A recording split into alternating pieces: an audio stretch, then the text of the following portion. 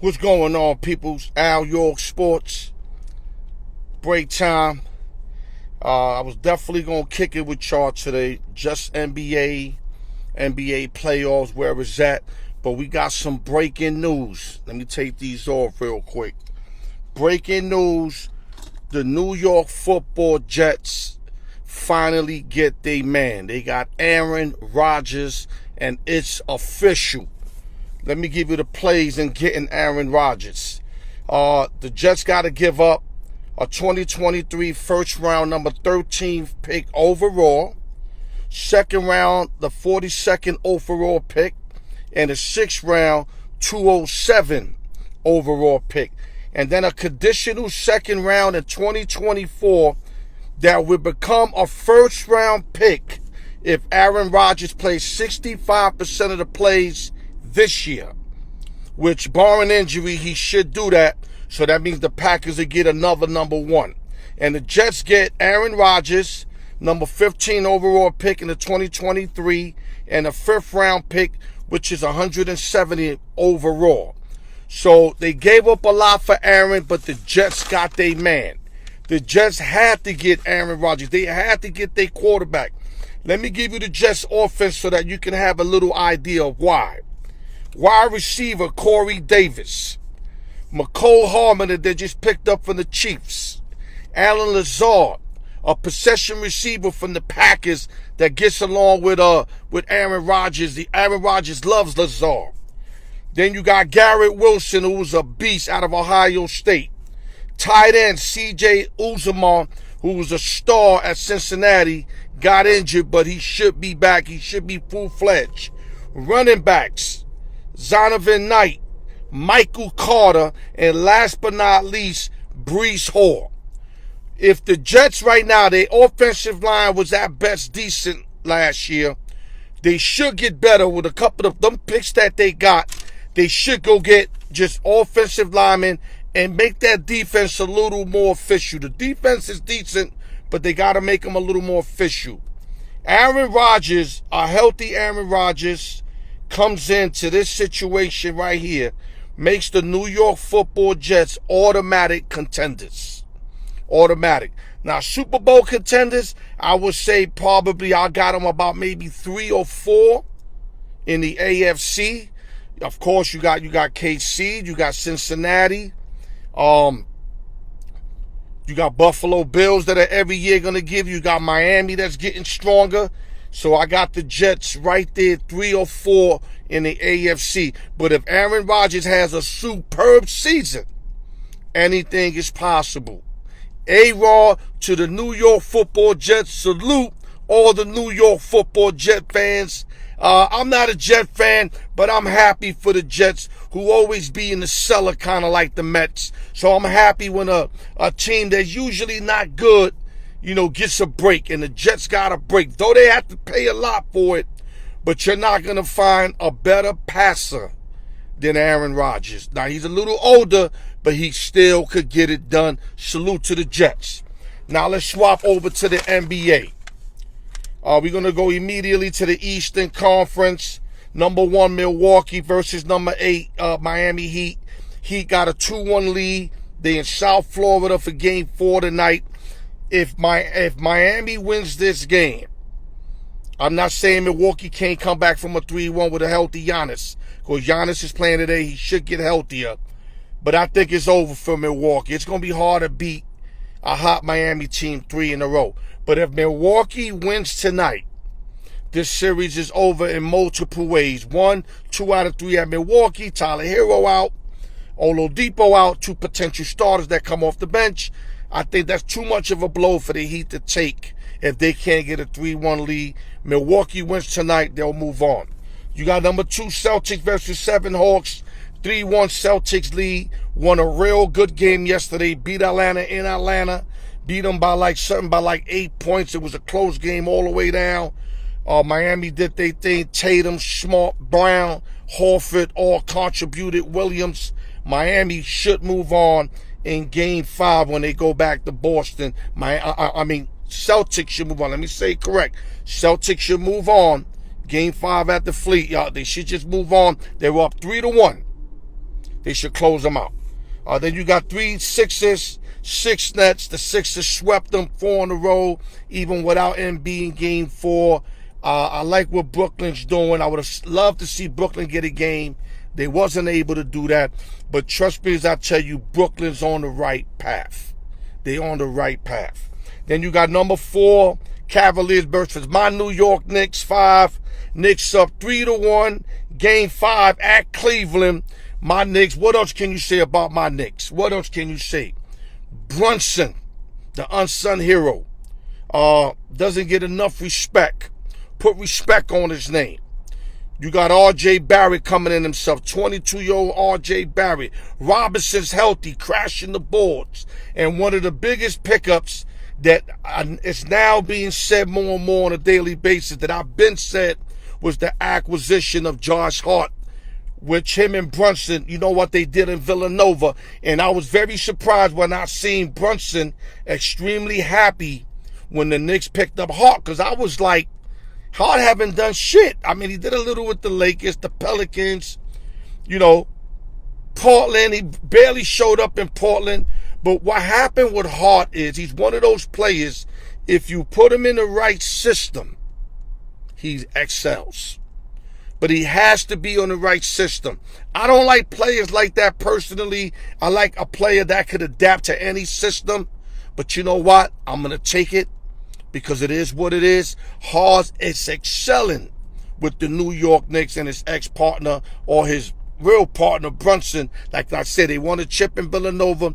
They in New York, and they doing great things for our New York Knicks. Salute 3-1 lead. Series ain't over. They got to put Spider-Man, Donovan Mitchell, Garland, Allen, and them. They got to put them out their misery and either beat them in Game 5 or Game 6. Let's go to the Western Conference. Denver Nuggets up 3-1. Could have closed out last night. Made a miraculous comeback. Score 11 straight points to bring the game into overtime yesterday night at Minnesota. Minnesota went into overtime. Did they think Edwards stepped up? Conley stepped up. Gobert played some defense. Big Cat did his thing. Timberwolves live another day. I think Denver closed them up in the Pepsi Center. They just won a game. They showed life. They gave something to their crowd, which was beautiful, which I hope Brooklyn would have done. But Minnesota's done off. They should be done off the next game. Another intriguing series. Number 2, Memphis Grizzlies versus number 7, La La Land. 2-1 Laker lead. Game 4 in L.A. I said L.A. will win this series. They will get by this series. Now, I'm not saying they're going to win Game 4. This series is funny. Memphis could come in tonight and just take this game. Tied up at 2. But I think when the lights turn off in this series, I see the Lakers going to the next round. That's just my opinion. I know Memphis is good, but I don't like the fact that Morant had that issue late. I think that's going to catch up to them. Though he had a great game the last game, scored damn near 40, 50 points, I get it. But they lost. So what does it mean if they lose? So I still got the Lakers defeated Memphis a 2-7. Then you got number 3 Kings, 6 Warriors. The most intriguing series in the whole playoffs is this series here. Sacramento handled their business at home, took care of business. Dub Nation came home. Could have lost yesterday in multiple ways, but being the champion that they are, they found a way to win. Now, they did make rookie mistakes. Something I expected Sacramento to do when the Dubs were up 5 with the ball with 42 seconds. Curry called a timeout. They got a technical. Fox hit a 3. Curry shot an early shot. He should have waited till 3 seconds. He shot it with 12 seconds. I don't know for what. I mean, they could have ran it down to 3 and just threw it up. There's no way Memphis is going to get the ball with less than 3 seconds and hit a shot down court. So Golden State made a lot of errors yesterday and got away with it. Series is tied 2-2. I'm going to say, though the Kings, they backs are against the wall, I'm going to roll with the Kings in this series. I just seen something in this series, and I'm not sleeping on Dub. Let me tell you something. Dub Nation is the truth. Curry, Clay, Poole, Draymond, Looney, they the fucking truth. But I just think the home field advantage for the Sacramento Kings, one of the best home teams. Golden State's one of the worst road teams. I think that's going to pay off. That purple light in Sacramento, Monk and them all go nuts. Monk, Fox, Sabonis, Lyles, Murray, they all go nuts when that light go off, man. And I'm telling you right now, I think I see Sac in 6-7 games. Let me go to the last series, 4-5. Suns 3-1 lead. Game 5 back at home versus the hurt Clippers. No Kawhi Leonard. I don't know if he's going to be back game 5. PG-13 been out. And all I got to say is that boss, man, did everything. The owner did everything for the Clippers, especially for Kawhi Leonard. Gave him the bag. Not only did he give Kawhi the bag, Kawhi said if he gets PG-13, he will stay with the team. He made that happen. Bowen did everything he had to do. And Kawhi's not meeting up to his expectations. That's the bottom line.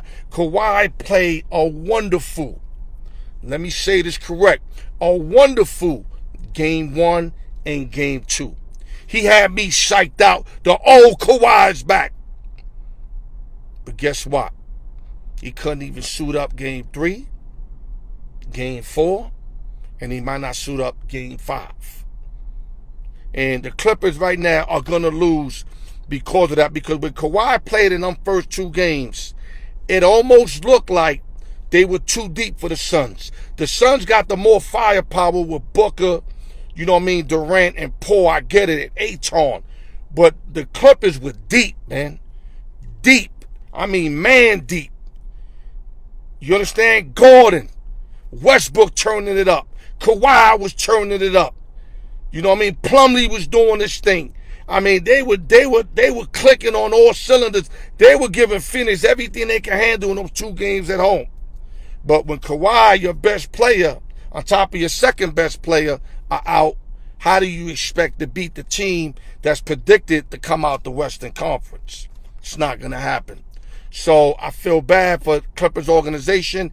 I think they got to move some parts. They got to start with moving Kawhi. You can't count on Kawhi Leonard no more. He's injury prone. I love his game when he's healthy, but he's too fucking injury prone, man. And it's killing the Los Angeles Clippers. I mean, like I said, if you're not on the court, what can you do? It don't matter when you on. If you're off the court more than you on, he's about 50% where he's on and he's off. I can't fuck with Kawhi no more personally. I like Kawhi when he's on the court, but if you're not helping your teams throughout the duration of the season and you missing playoff games, that's a problem. That's a problem. Phoenix will move on. Great NBA playoffs. I'm enjoying every minute of it. And don't forget, salute to the New York Football Jets. Landon, amen. Aaron Rodgers. I'm a Rodgers fan. I know he chokes. I know a lot of y'all going to be like, yo, Al, he can't win no playoff. I get all that. He do got one chip, though, against the Steelers, and he showed out. Y'all need to start capping, man. Stop capping. Let's see what he does. A lot of y'all got like, I heard a lot of y'all, when y'all heard he was coming to the Jets, talking all kind of shit, capping your ass off. Because you don't know nothing. Nobody knows nothing until he puts that uniform on, and then let's see what happens after that. All I'm telling you, if he come upbeat to the Jets on some, let's win football games, I'm ready to do whatever, watch out. But if he come in on some diva shit, like not wanting to talk to certain cats and all that, then this could backfire. I'm hoping A-Rod goes in there and just becomes a team player and just lights it up. Let his skill set take over and light it up, because nobody throws a prettier football than Aaron Rodgers. I don't want to hear Pat Mahomes does. I know Tua doesn't. I don't want to hear Justin Herbert throws a better pass than him. Nobody throws a better ball than Aaron Rodgers. Salute Al York Sports. Break time. Love y'all.